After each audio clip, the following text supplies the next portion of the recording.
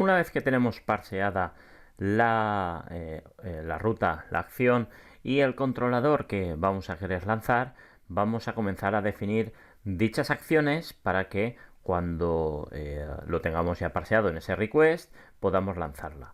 Como podéis observar en la pantalla, comenzamos con la definición de un controller que va a ser un interface con, en principio, un único método público que se va a llamar index y que justamente lo que nos va a permitir cuando definamos cualquier controller, en este caso el home controller, definir más acciones o el block controller o cualquier otro controller que vayamos a ir creando para nuestra aplicación, definir esas acciones y además definir ese index cuando no le pasemos ninguna acción. Este va a ser el mínimo que vamos a tener que definir cuando nosotros queramos introducir, cuando queramos definir un nuevo controller. A partir de aquí iremos implementando pues toda nuestra lógica de la aplicación. En primer lugar, nuestro interface lo definiremos en una nueva carpeta que denominaremos core dentro de ese src y que el primer fichero que vamos a tener es ese interface que llamamos controller.php y que va a ser nuestra plantilla para el resto de controllers que definamos. En este caso va a ser simplemente va a estar dentro del namespace, vamos a definirlo en primer lugar, rc y evidentemente core.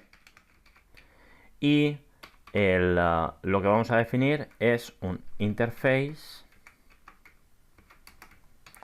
controller interface. Hablaremos posteriormente sobre la importancia de la documentación. Interface. En este caso se va a llamar justamente como el nombre del fichero, controller, y vamos a definir por ahora únicamente una única función pública denominada index, que va a definir,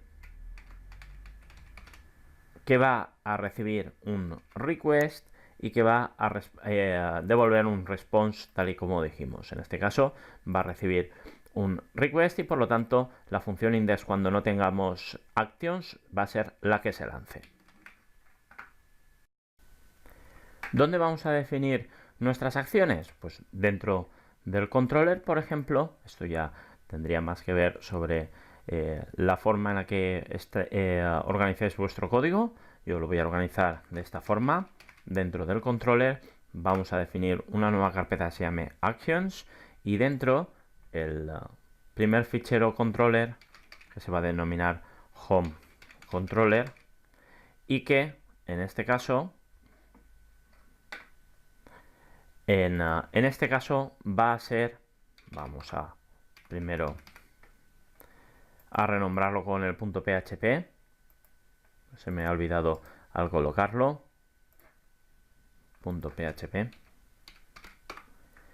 Muy bien, y en este caso, como decía, va a ser simplemente una extensión, va a implementar ese controller de esa interface que habíamos definido que se denominaba controller. Muy bien, le definimos ese PHP y lo vamos a incluir dentro del namespace denominado rc barra controller barra actions.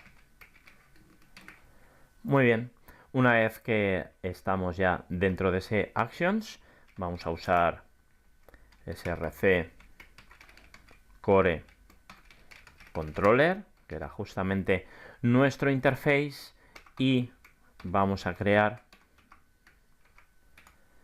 este home controller como esa clase que va a implementar ese controller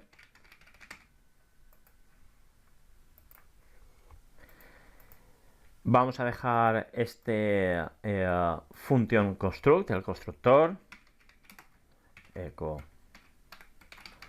home controller. Y como hemos dicho, para que no nos dé ningún error, vamos a tener que implementar esa función denominada index, que va a recibir ese request, y que en este action vamos a comenzar a definir toda nuestra lógica cuando nosotros llamemos desde el kernel a esta clase, que aún no le hemos cambiado el nombre, que se llama home controller. Este home controller, acción, cuando nosotros desde la ruta, el usuario nos pida, por ejemplo, ese raíz, o bueno, pues si vamos a hacer un duplicado y vamos a llamarle block controller. Este block controller, fijaos que se va a diferenciar ahora mismo, puesto que no tenemos definida ninguna acción, block controller.